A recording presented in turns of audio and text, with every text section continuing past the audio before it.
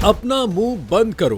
क्या Elon Musk के 4 साला बेटे ने ट्रंप को शटअप कॉल दी? अमरीकी सदर डोनाल्ड ट्रंप के मुशीर इलॉन मस्क के 4 साला बेटे की अमरीकी सदारती ऑफिस में दिलचस्प और मासूम हरकतों की वीडियोस वायरल हो गई हैं। 11 फरवरी को ओवल ऑफिस में ट्रंप और इलॉन मस्क की मीडिया से बातचीत के दौरान इलॉन मस्क का 4 साला बेटा भी मौजूद था, जिसने अपनी हरकतों से सबकी तवज्जो समेटी। बादशाह इलॉन मस्क को प्रेस कॉन्फ्रेंस में बेटे को लाने पर तनकीद का सामना भी करना पड़ा।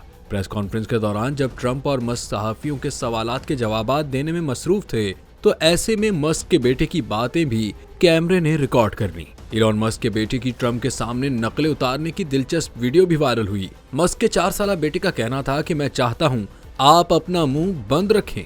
बज़ाहिर ऐसा लगता है कि ये बात सामने मौजूद किसी रिपोर्टर को कही गई है, ताहम सोशल मीडिया पर अक्सर अफराद का ये भी कहना है कि बच्चा अमरीकी सदर डोनाल्ड ट्रंप से मुखातिब था, जबकि बाज़ अफराद का दावा है कि AI के जरिए वीडियो में तब्दीली की गई है।